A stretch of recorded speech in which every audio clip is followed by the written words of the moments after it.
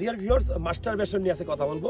হস্তমৈথুন এটা একটা আপনার তৈরি রোগ, আপনার ভিতরে একটা আসক্তি, এটা একটা নেশা।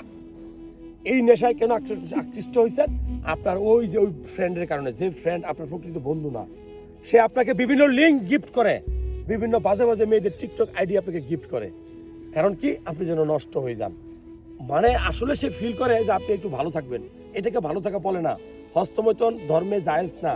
শারীরিকভাবে হয়তো সপ্তাহে একদিন দুদিন করলে কেউ বলবে না খারাপ, কিন্তু আপনি যদি শুরু করেন এই খারাপ কাজ, সপ্তাহে একদিন দুদিন করবেন, আপনি তো ভাত না খাইয়ে হস্তমৈথুন করবেন। এমনও ছেলে পেলে আছে ডেইলি 2-3 বার হস্তমৈথুন করে। তো আসলে হস্তমৈথুন করলে সমস্যা কি? সমস্যা তেমন কিছু না। আপনার বহু নাও থাকতে পারে, আপনার টাইমিং কমে যেতে পারে, আপনার একটা সময় গিয়া জীবনে ডিপ্রেশন চলে আসতে পারে।